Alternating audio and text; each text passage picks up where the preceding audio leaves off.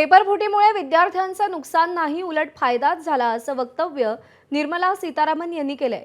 विद्यार्थ्यांना परीक्षेची तयारी करण्याची आणखी संधी मिळाली असं त्या म्हणाल्या।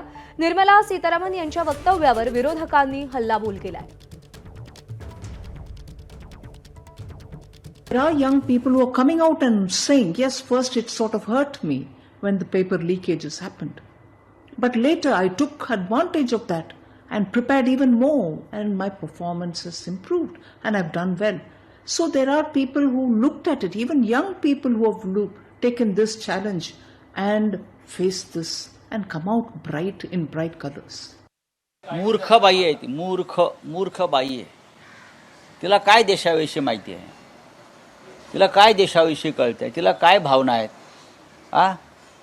आम्ही तिच्या नवऱ्याशी बोलू, तो पर्पला प्रभाकर, तो फार शहाणा माणूस आहे।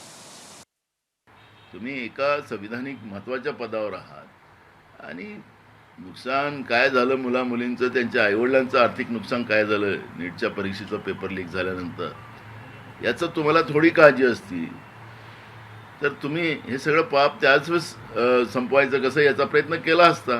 त्यामुळे आता तुम्ही सोशल मीडियावर जा, निर्मला सीतारामच्या या वाक्यावर मुलांनी मुलींनी कुठल्या लेवलवर जाऊन प्रतिक्रिया दिलेल्या आहेत ते थोडं बघितलं म्हणजे मला प्रतिक्रिया द्यायची गरजच नाही।